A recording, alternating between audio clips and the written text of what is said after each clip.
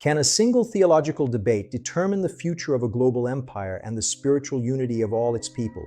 Welcome back to our investigative documentary series. Today we analyze the 81st most significant event in the entire history of human civilization.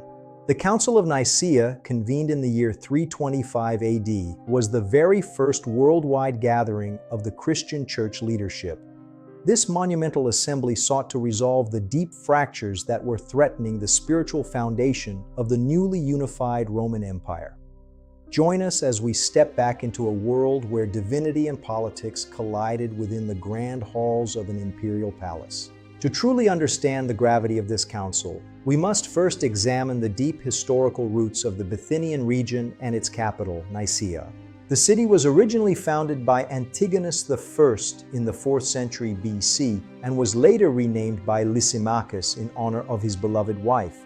By the 4th century AD, Nicaea had become a city of immense strategic importance, serving as a vital gateway between the eastern and western provinces. Its development over the centuries created a unique cultural tapestry that made it the ideal host for such a significant global assembly. The social fabric of the 4th century Roman Empire was incredibly complex and increasingly intertwined with a new religious identity. After centuries of periodic and brutal state-sponsored persecution, Christians were finally finding their legitimate place within the legal structures. Everyday citizens in Nicaea and across the Mediterranean were deeply engaged in these theological debates as if they were matters of life and death. The air was thick with the anticipation of a unified future that Emperor Constantine promised through his charismatic imperial leadership. The theological conflict began in the vibrant city of Alexandria when a charismatic and ascetic priest named Arius challenged the tradition. He proposed a strictly monotheistic view, claiming that the Son was a created being and that there was a time when he did not exist. Arius was a master of communication, setting his theological slogans to popular songs that were sung by sailors, dock workers, and merchants. Emperor Constantine realized that a divided church meant a divided empire, a situation he could not tolerate under his supreme rule. He took the unprecedented and historic step of summoning bishops from every corner of the known world to the city of Nicaea. This was the first time an emperor had used the state's logistical power to facilitate a worldwide gathering of religious leaders. Approximately 300 bishops arrived in the city of Nicaea, many showing physical evidence of the brutal trials they had recently endured. Some bore the scars of the great persecution, arriving with missing eyes, crippled hands, or the marks of hot irons on their skin. Their journey to the imperial palace represented a profound symbolic shift from being hunted outcasts to becoming honored advisors. The deliberations within the Grand Hall were intense and lasted for several weeks as both sides presented their theological arguments. Arius defended his position with great logical rigor, while his opponents countered with deep scriptural and ancient traditional evidence. Constantine himself acted as a moderator, encouraging the participants to find a common ground for the sake of imperial and religious unity.